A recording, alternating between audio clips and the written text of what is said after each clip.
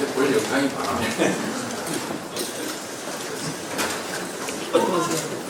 성대는 아래짝에 다르게 분열 수 있는 동서를 아래에서 많이 없다. 소량은 안쪽에 의천이었다.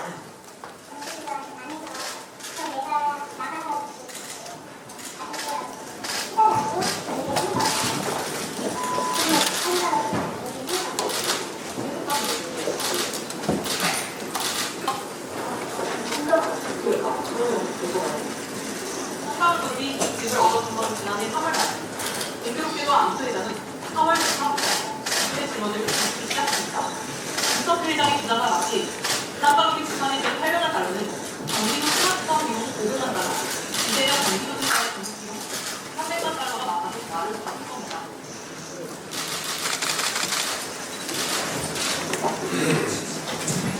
어제 사건 조작의 핵심적 증거인 뉴스타파 보도가 있었습니다.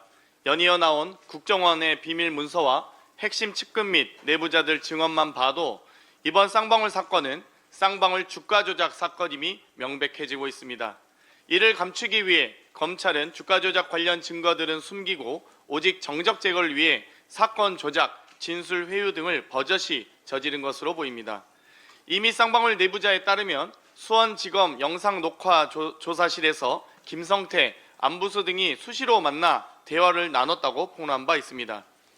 또한 이번 영상에서 보듯 해당 내용이 사실이라면 쌍방울은 김성태의 진술과 안부수의 진술을 맞추기 위해 지난해 3월 말 안부수 딸에게 4억 원대 오피스텔을 제공한 것입니다. 금품 매수 정황이 곧바로 진술 번복을 이끌어냅니다.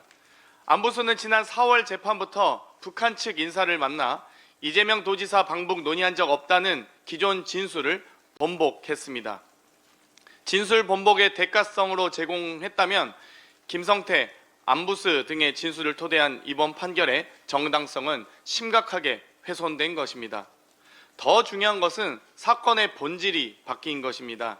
지난해 5월 수원지법이 쌍방울 김성태와 공범으로 적시됐던 안부수의 1심 판결에서 쌍방울의 대북 송금은 계열사의 주가 상승이 목적이다라고 분명하게 판시하고 있습니다.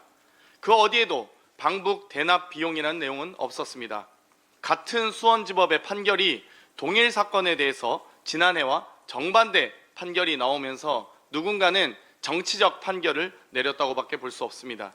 공교롭게도 안부수 1심 판결문은 공개했었는데 이번 1심 수원지법 신진우 부장판사님의 판결문은 비공개 처리됐습니다.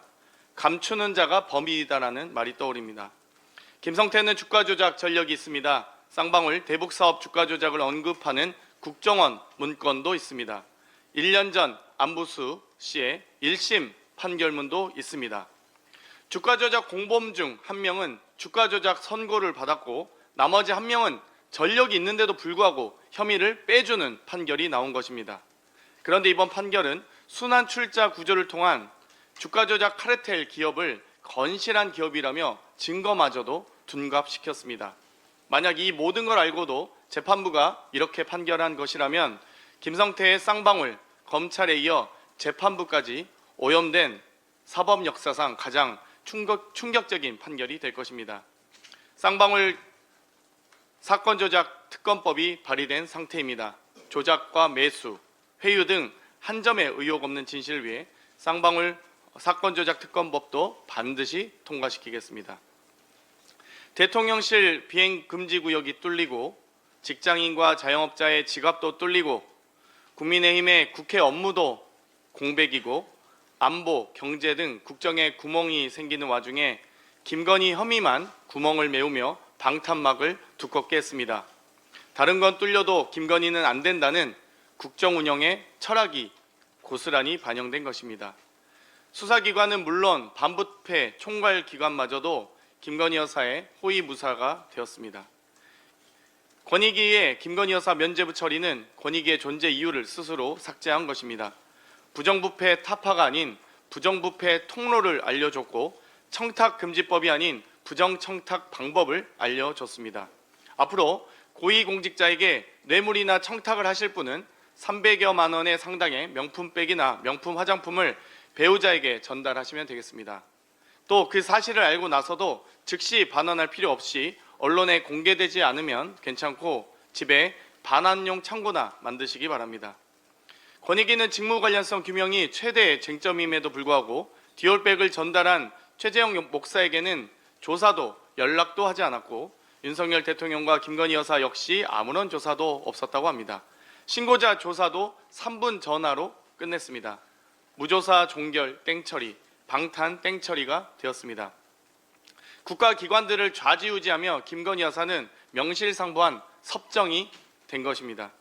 검사도 권익위도 알아서 기는데 김건희 섭정이 무엇이 두렵겠습니까? 국민의 대표인 국회는 무서워하도록 22대 국회에서 김건희 섭정의 만행을 밝혀나가겠습니다. 이상입니다.